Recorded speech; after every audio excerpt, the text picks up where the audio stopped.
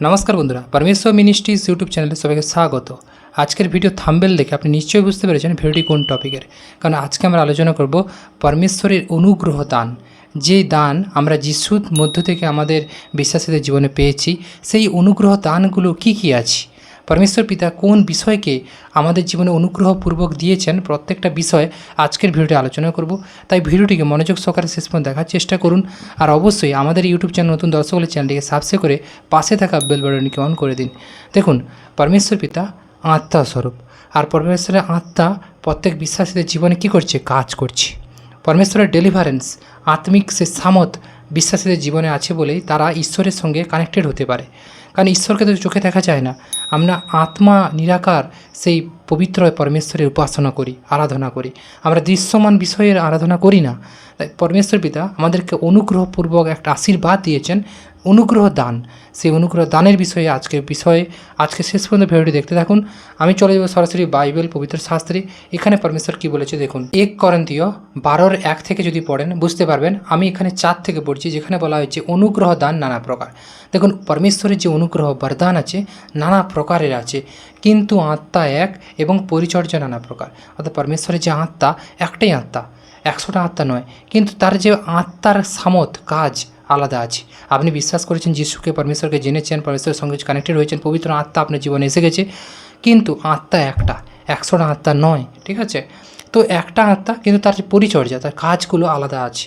কিন্তু গুরু এক এবং ক্রিয়াসাধক গুণও নানা প্রকার। অর্থাৎ পরমেশ্বর এবং যিশু কী আছে, এক আছে। তাই ক্রিয়াসাধক তার যে কাজগুলো আলাদা রয়েছে, কিন্তু ঈশ্বর এক।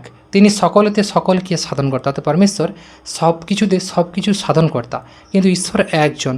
আজকে জগতে মানুষেরা, সাংসারিক মানুষেরা কী জানে, ঈশ্বর তো অনেক আছে, কিন্তু না, তাদের ধারণা ভুল আছে।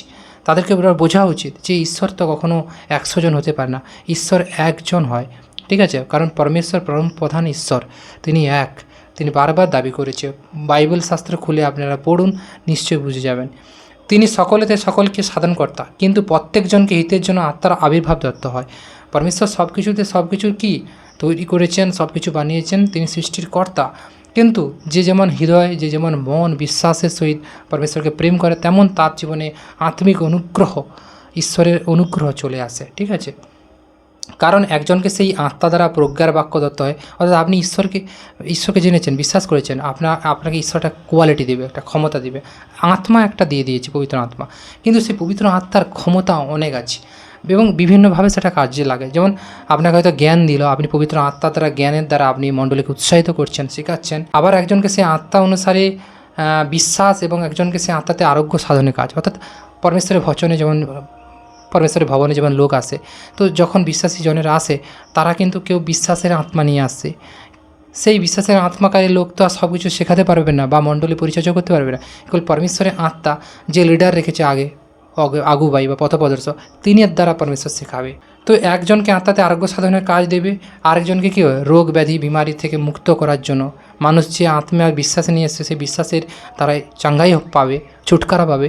তো এটা পরমেশ্বরের একজন আত্মা করে না, পরমেশ্বরের আত্মা এক, কিন্তু বিভিন্ন লোকের মধ্য থেকে, বিশ্বাসীর মধ্য থেকে পরমেশ্বর তার কাজ পুরা করে। আরেকজনকে পরাক্রম কার্যসাধক গুণ, আরেকজনকে ভাববাণী, আরেকজন কি পরমেশ্বরের বচন বলার সামর্থ্য দেবে, একজনকে ভাববাণী বলার। কারণ আমরা বলি যে তোমরা ভাববাণী করো, যার মনে লাগে সে অন্য ভাষা করো। তো এটা হচ্ছে, একজন তো সব কিছু করবে না, পরমেশ্বরের আত্মা এক, কিন্তু কাজ পরিচর্যা আলাদা। আরেকজনকে আত্মাদেরকে চিনিয়া লইবার শক্তি। অর্থাৎ পরমেশ্বরের কাছে তো অনেকেই আসে, কিন্তু কে ঈশ্বরের ওয়ার্ড থেকে এসছে, কে চাঁকতে এসছে, সেসব আত্মাদেরকে আত্মাদেরকে আমরা কি ধরতে পারি। কারণ অনেক ডেভিল স্পিরিট, ইভিল স্পিরিট মানুষের মধ্যে থেকে কাজ করে, পরমেশ্বরের বচনে আসে, কিন্তু যখন তাকে চাঙ্গাই করা হয় তার মধ্যে থেকে বেরাতে থাকে। তো এই যে আত্মাদের চিনিয়ে নেওয়ার ক্ষমতা, এটাও পরমেশ্বর দিয়ে থাকে। আরেকজনকে নানাবিধ ভাষা করিবার শক্তি, আরেকজনকে বিশেষ বিশেষ ভাষা করিবার অর্থ করাবার শক্তি। অর্থাৎ একজনকে অন্য অন্য ভাষার সহিত ঈশ্বরের সঙ্গে টাং প্রেয়ার প্রার্থনা করতে পারে, তাতে পরমেশ্বর তাকে আত্মিকভাবে আরও সামতে পরিপূর্ণ করে, পবিত্র আত্মার আরও হলিনেসে ভরিয়ে দেয়, ঠিক আছে? আরেকজনকে সেই ভাষার অর্থ করাবার ক্ষমতা দেয়। তো এরকম হয় ঈশ্বরের কাজ, কিন্তু এই সকল কর্ম সে একমাত্র আত্মা সাধন করে। আর এই সব কাজের পেছনে ব্যাকএন্ডে কে গেছে, পরমেশ্বরের আত্মা। খারাপ কাজের পিছনে হচ্ছে ডেভিল স্পিরিট, মন্দ আত্মা। আর ভালো কাজের বিষয়ে দেখবেন পরমেশ্বরের পবিত্র আত্মা কোথাও না কোথাও কাজ করছে, এটা আপনাকে বুঝতে হবে। তা সবিশেষ বিভাগ করিয়ে যাহাকে যাহা দিতে বাসনা করেন তাহাকে তাহা দেন। অর্থাৎ পরমেশ্বর নিজে ডিসাইড করে যে আমার কোন সন্তানকে দ্বারা আমি এই কাজকে পুরা করব, তো পরমেশ্বর তেমন করে। তো এমনভাবে ঈশ্বরের অনুগ্রহ দান এইভাবে বিশ্বাসীদের জীবনে কাজ করে। অনেক মানুষ আছে বুদ্ধি লাগিয়ে কাজ করে, কিন্তু সেটা 5 দিন 10 দিন 15 দিন তারপরে ঝাঁপ পড়ে যায়।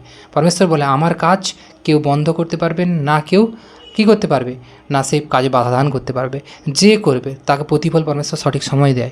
ঠিক আছে, তার জন্য তৈরি থাকতে হয়। পরমেশ্বরের যেটা বলে সেটা শুনে চলুন, আর বিশ্বাসের সহিত পরমেশ্বরের সঙ্গে প্রেয়ারে জুড়ে থাকুন। তাহলে আপনি আত্মিকভাবে সামতে পরিপূর্ণ হবে এবং শয়তানের হারেক বন্ডেজকে খতম করবেন যিশুর নামে। পরমেশ্বর ধন্যবাদ। এতটাই। ভিডিওটি যদি ভালো লাগে লাইক কমেন্ট শেয়ার করুন। অবশ্যই কমেন্টে লিখে জানাবেন কোথা থেকে ভিডিওটি দেখছেন। ধন্যবাদ পিতা পরমেশ্বর, ধন্যবাদ যিশু। হ্যালেলুইয়া, আমেন।